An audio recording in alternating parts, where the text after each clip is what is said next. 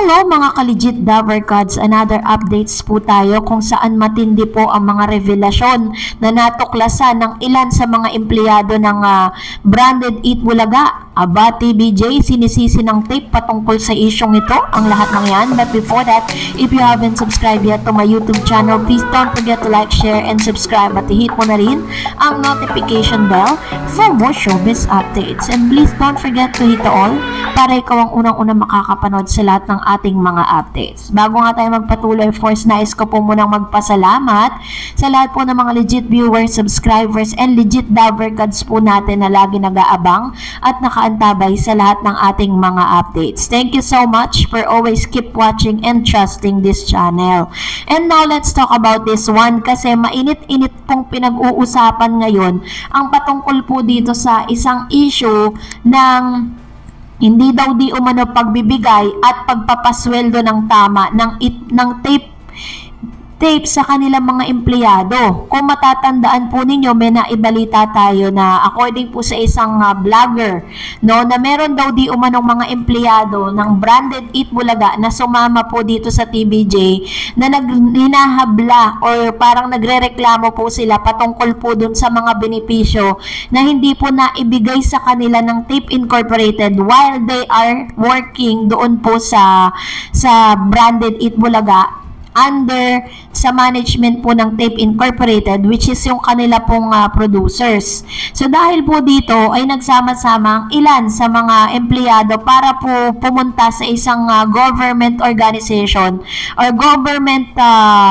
agency para po ireklamo yung mga bagay na ito. Natuklasan po nila doon po sa kanilang pagsasaliksik na may mga hulog or may mga benepisyo na kinakalta sa sweldo nila noon na hindi po inuhuhulog ng tape. Na bagay na talagang pinaliwanag po ito ni Miss, siyempre to the rescue po yung kanilang attorney na si Attorney Maggie Abraham. According po sa ilan, nagbigay po ng statement si Attorney Maggie Abraham Garduque. Sinasabi niya na nakipag-usap na daw di umano ang pamunuan ng tape doon po sa mga empleyado na ito na sumama sa TBJ. So, may tatlong, kasi according doon, 95% po ng mga empleyado ng tape ang nag-resign officially dito po sa tape at sumama sa TBJ sa TV5.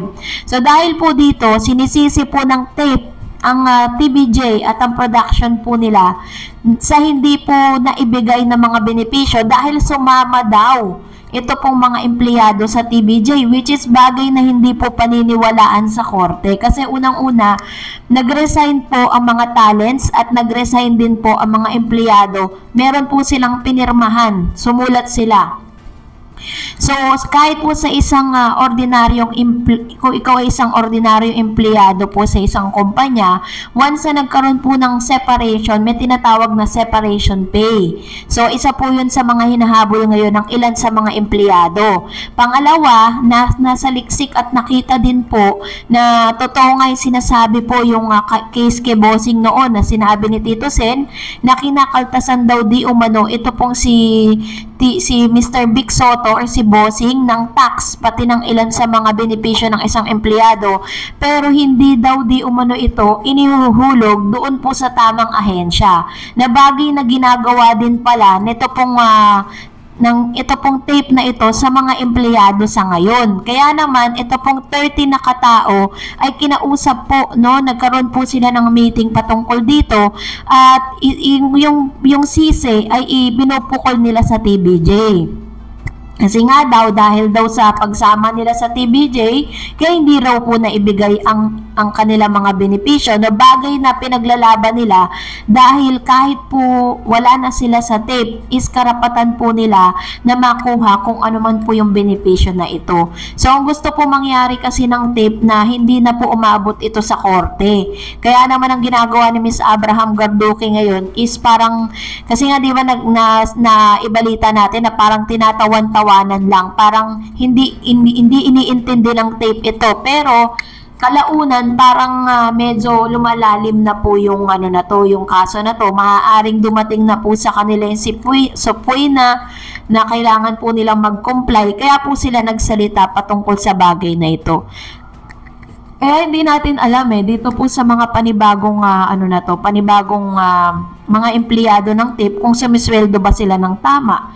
Kasi according to them, they are happy, they are blessed. Gano'n naman po laging sinasabi nila na dati po habang nanonood tayo ng Branded Eat Bulaga, hindi natin alam na habang masaya tayo, may mga empleyado pala dito sa TIP na hindi sumisweldo ng tama. So yun po yung ilan sa mga talaga na mga ito po yung mga nirereklamo ng ilan. Pero ang unfair lang, bakit kailangan po nilang isisi sa TBJ yung kanilang pagkakamali? Well, in fact, according po sa ilan, na yung mga accounting daw, accounting department ay hindi naman daw sumama sa TBJ. So, ibig sabihin, alam po nila kung ano po yung mga nangyayari. Maaaring ito ay may pagkukulang ang accounting staff or pwede ring may pagkukulang ang TIP. Yun po yung dapat nating alamin sa susunod natin video. Kaya naman, dahil dyan magre-react tayo sa ilan sa mga komento po ninyo patungkol po sa last update po natin, ano?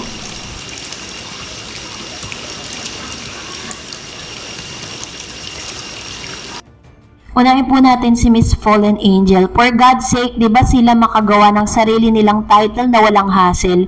Yun walang may-ari. Tigilan na nila mang-angkin na yun sila ang lilikalang at magpa-trademark nang walang humahabol para matapos na lahat ng issue, para makamove on na pare-parehas, para may makuha ng sponsor ang Tape Incorporated na wala silang sinasagasaan at matanggap na ang magkabilang kampo. Tama naman, di ba? Create your own. Kung talagang magaling ka, kahit po anong title niyan, kung talagang may mga supporters ka at sincere ka sa ginagawa mo, is makukuha mo yung suporta ng maraming tao, 'di ba?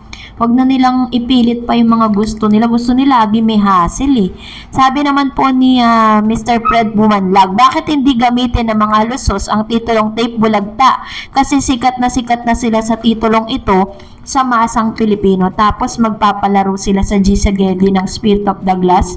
Siguro patok ito sa kanila. Ano to, Spirit of the Glass, parang panghabol po ba to sa nalalapit na araw ng mga patay. Ang galing ng idea ni Mr. Fred Bumanlag, So, yun nga po, nag-iisip pa rin sila. Ayan, kung ano po yung best title. Yung medyo catchy naman, gamitin naman nila yung mga creative stuff nila, para mag-isip. Sabi naman ni JC, bulutong na lang ang title para secure na yung pagiging regular nila Buboy at Bentong. Viral na, madali pang tandaan. Alam niyo po, meron akong interview na napanood with Bentong. In-interview siya ng mga Marites. Meron po kasing YouTube channel yun Tapos tinanong po siya ng isa sa mga nag-i-interview if regular na po siya. Sabi niya, ayaw niya daw sa kanya manggaling. Kung may kontrata na daw ba siya sa tape. Kasi nga, diba, ang binigyan lang ng kontrata itong si Paulo at saka si Yorme. So, paano naman po si Betong, tsaka po itong ang pangalan nito? Yung dugyot na yan, si Buboy, wala pa yata siyang, sabi niya, hayaan na lang daw natin ang tape ang sumagot.